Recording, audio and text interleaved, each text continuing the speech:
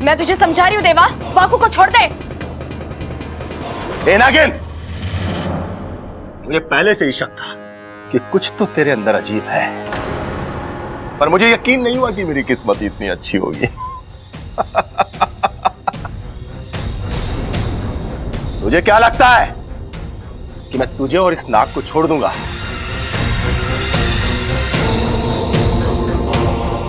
जिस चीज से मैं अपनी किस्मत बदल सकता हूं, उसे कैसे छोड़ दूंगा? मैं वाकू को यहां से लेकर ही जाऊंगी। नागिन, तूने सुना नहीं है कि शेर के मुंह से मांस और देवा की गिरफ्त से सांप को छुड़ाना मुश्किल ही नहीं नामुमकिन है। तू शायद मेरे बारे में जानती नहीं है। जानती हूं, बहुत अच्छे से जानती हूं देवा। तू हमारा दुश्मन है, बहुत शक्तिशाली भी है। हमारे यहां बहुत नागों को मार चुका है ना? जय महाकाल! तू मेरे बारे में इतना जानती है, फिर भी अब तक मेरे सामने खड़ी है। तेरी हिम्मत की तो दाद देनी पड़ेगी। तूने अभी मेरी हिम्मत देखी कहाँ है देवा? तुझे बहुत घमंड है ना अपने आप पर और इस बीन पर। तो एक मुकाबला करके देख ले। तेरा ये घमंड मेरी हिम्मत के सामने दम ना तोड़ देना तो कहना। ये नादान नागिन, चींटी जब पहाड़ से टकराने का फैसला कर लेना तो समझ लो कि उसके पर निकला है। अब आज रात फैसला कर लेते हैं कि कल का सूरज किसकी जिंदगी में उजाला लेकर आता है। ठीक है, लेकिन मेरी एक शर्त है। ये मुकाबला घर वालों के सामने नहीं होगा। मंजूर है, पर अगर तू हार गई ना तो सबके सामने यहां से घसीटता हुआ लेकर जाऊंगा। ना तू जीतेगा देवा, और ना मैं और वाकू यहां से जाएंगे। और अगर तू हारा तो तू चुपचाप यहां से चला जाएगा और मेरा राज किसी को नहीं बताएगा। जय महाकाल! जा और कर ले अपनी तैयारी। आज मेरी 3 बजेगी और तेरा खेल खत्म। जा।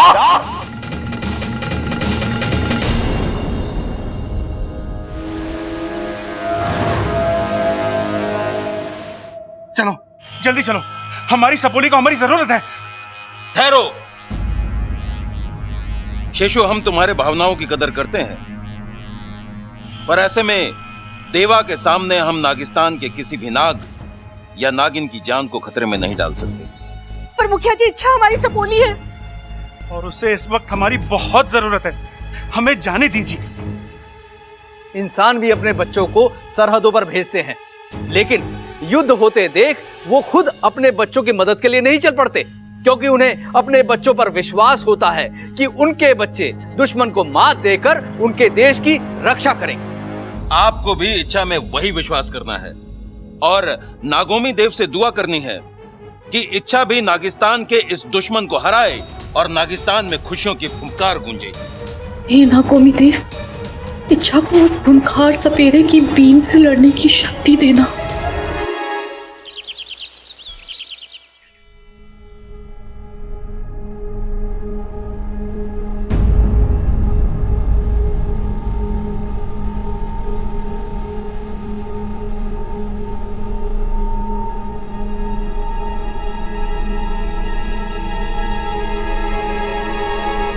छोरी, बाबा जी को भी पराठा दे।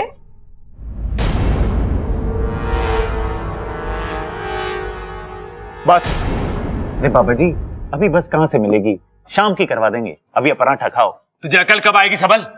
खाने पे बाबा जी बस क्यों कहेंगे? अरे उन्होंने रस मांगा है। बाबा जी, आपके लिए गन्ने का रस मंगवाएं या अनार का? बाबा जी, एक पराठा तो और ले लो।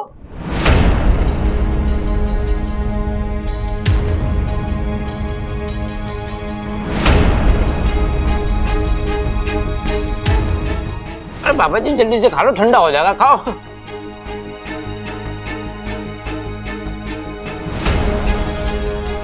मुझे नहीं खाना ये पराठा। जहर है इसमें।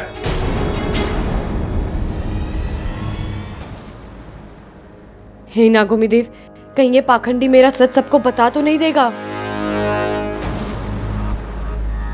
दादी जी, इसमें जहर नहीं है। हाँ, ये पराठे में जहर क्यों बनाएगी?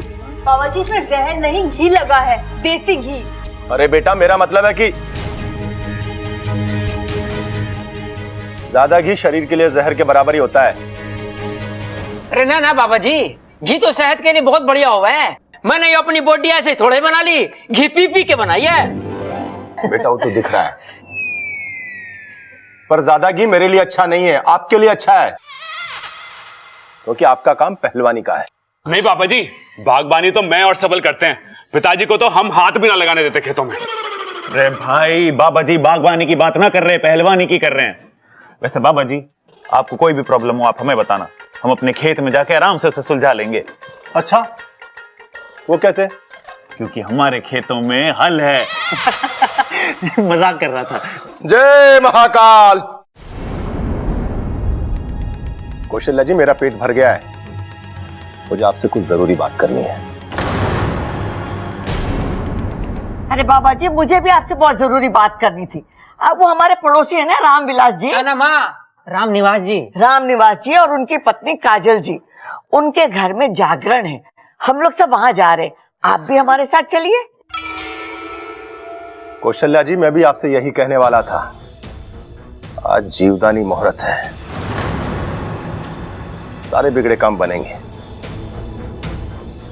अच्छा, आज घर भी खाली रहेगा, मैं आराम से अपना काम कर लूंगा, उस सांप को पकड़ के पिटारे में बंद कर लूंगा। अरे वाह, ये तो बहुत अच्छी बात है। आज जागरण में माता रानी से आपकी सफलता की कामना मांगेंगे। जय महाकाल, यही बोलना चाहते थे ना? जय महाकाल। अरे ममता, ले घी ले क्या? जी पिताजी। हाँ। हमारे लिए भी लाइयो, मैं भी दुबली हो रही हूँ।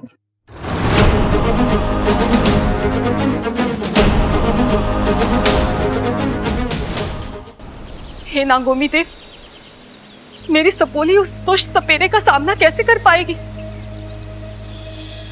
तुम चिंता मत करो सुबली, मैंने इच्छा के पास जाकर उसकी मदद करने का रास्ता ढूंढ लिया है, और मुखिया जी को उसके बारे में कानो कान खबर भी नहीं होगी। कोई गुप्त रास्ता है क्या इंसानों की बस्ती तक जाने का? मैंने एक नई सिद्धि सीखी है, उसके बाद हम सीधा इंसानों की बस्ती पहुंच जाएंगे। नहीं नहीं, आपकी सिद्धियां कभी सीधा काम नहीं करती, इससे तो अच्छा मैं नेवलों पर भरोसा कर लूं। गुस्सा क्यों कर रही हो सिपली, बहुत ही आसान है ये सिद्धि, बस मंत्र बोलने की देर है और हम वहां पहुंच जाएंगे। ओम। अच्छा, तुम भी चलो। जल जलम फल बलम शीघ्रम शीघ्रम इंसानी बस्ती पहुंचलम।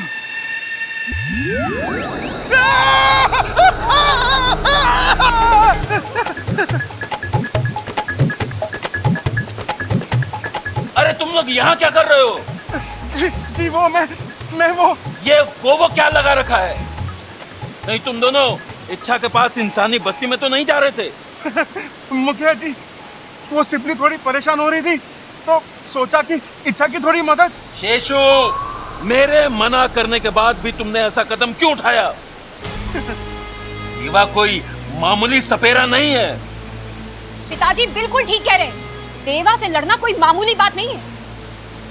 अरे मैंने खुद अपनी आंखों से देखा है कि जब वो बीन बजाता है तो जहरीले से जहरीला सांप भी उसके बीन के आगे विवश हो जाता है। पर सपोली, तुमने उसे अपनी आंखों से बीन बजाते कहाँ देखा?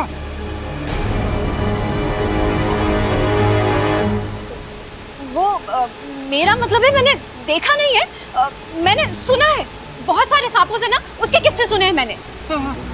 शेषु, अब तुम लोग जाओ और नागोमी देव और इच्छा पर भरोसा रखो। जय नागोमी देव। जय नागोमी देव। जय नागोमी देव। जरा संभाल के जीभ निकाला कर, अभी फंस जाती। लेकिन तुम्हें उसे अपनी सच्चाई बताने की जरूरत ही क्या थी? उसकी तो उसे आज ऐसा धोबी पछाड़ मारूंगा कि सीधा चित हो जाएगा। नहीं अप्पू, उससे कुछ नहीं होगा, हमें उस देवा की सच्चाई दादी के सामने दिखानी पड़ेगी। पर तुम तो कह रही थी बहुत शक्तिशाली सपेरा है, तो दादी के सामने उसकी सच्चाई कहां से लाओगी? पता नहीं अप्पू, फिलहाल तो मैं नागिस्तान में भी मदद नहीं मांग सकती क्योंकि वाकू उसकी कैद में है। आज रात जो होगा वही फैसला करेगा कि मैं यहाँ रहूंगी या उसके साथ जाऊंगी। अच्छा, फिलहाल तो तुम हमारे साथ चलो जागरण में। ना तुम यहाँ पर रहोगी ना वो तुम्हें वश में कर पाएगा। नहीं अप्पू, अगर मैंने ये वादा तोड़ दिया तो वो मेरा राज सबके सामने खोल देगा। मुझे उसकी चुनौती का सामना करना पड़ेगा। अच्छा, तुम्हें कुछ होगा तो नहीं ना?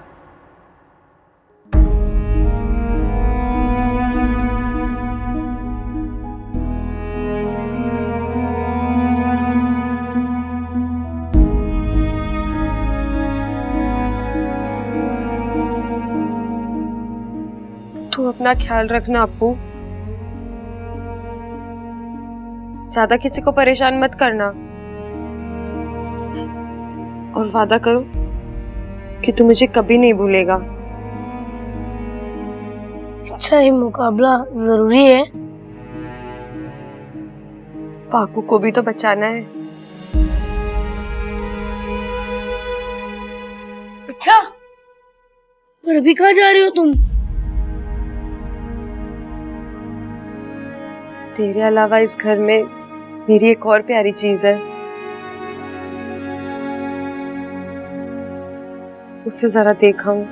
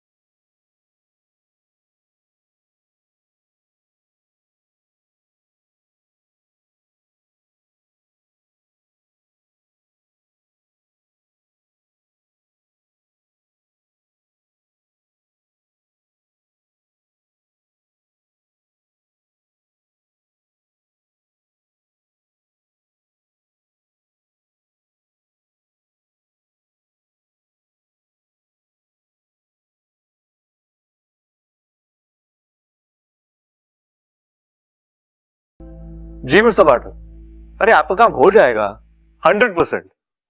ओके।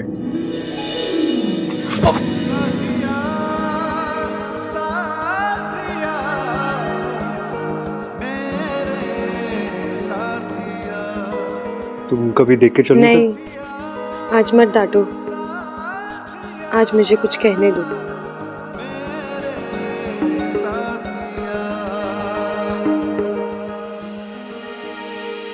शायद अब से टकराने का मौका फिर ना मिले। यानी आज के बाद तुम संभाल के चलना शुरू कर दोगी? जी ऐसा ही कुछ समझ लीजिए। वैसे मैं आपको बता दूं कि मैं सिर्फ सांपों की तरफदारी नहीं करती, प्यार और सच्चाई की भी तरफदारी करती हूँ। क्योंकि मुझे पता है ताकत की जरूरत तब पड़ती है जब कुछ बुरा करना हो, वरना प्यार से तो दुनिया के सारे काम हो जाते हैं। और सच्चाई ये है कि हर जीव प्यार से रहना चाहता है और किसी को बिना वजह कुछ नहीं कहना चाहता। जैसे तुम इंसान, मेरा मतलब हम इंसान जैसे प्यार के बदले प्यार देते हैं, नफरत के बदले नफरत देते हैं, ठीक वैसे ही जीव जंतु भी करते हैं। आप अपनी आंखें बंद कीजिए ना। क्यों? कीजिए तो। क्या करोगी? काटूंगी नहीं, आप आंखें बंद कीजिए और थोड़ी हाइट भी कम कीजिए। अरे अभी हाइट क्यों नहीं?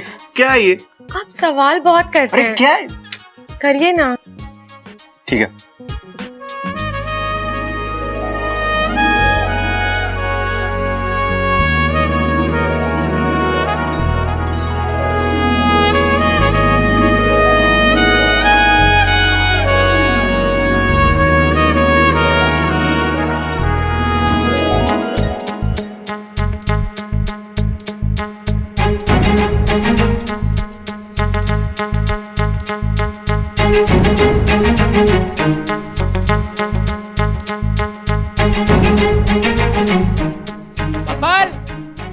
बब्बर, क्या नहीं है? अरे तो आवाज कैसी आई है यो? आया पिताजी, आया। अरे अपू, जा जाके सबको बुला के ला, देर हो रही है। जी अरे माँ आ गया, माँ आ गया अरे मैं भी। भाई, वहाँ जागरण शुरू हो गया होगा। चल। ए छोरी, तू ना चल रही हमारे साथ? नहीं दादी, आज मेरे सर में थोड़ा दर्द है, मैं नहीं जा सकती। अरे छोरी, सिर में दर्द है ना, घुटनों में थोड़ा ही जो चल ना सके, सर की दवाई ले और चल हमारे साथ। है यहाँ अकेली क्या करेगी तू? अरे पिताजी, वो कोई छोटी बच्ची थोड़ी है जो घुटनों के बल चलेगी। अब तो अपने पैरों पे चल सकती है। दादी आप लोग जाइए। ठीक है, तू यहीं रह। हाँ चल। दादी,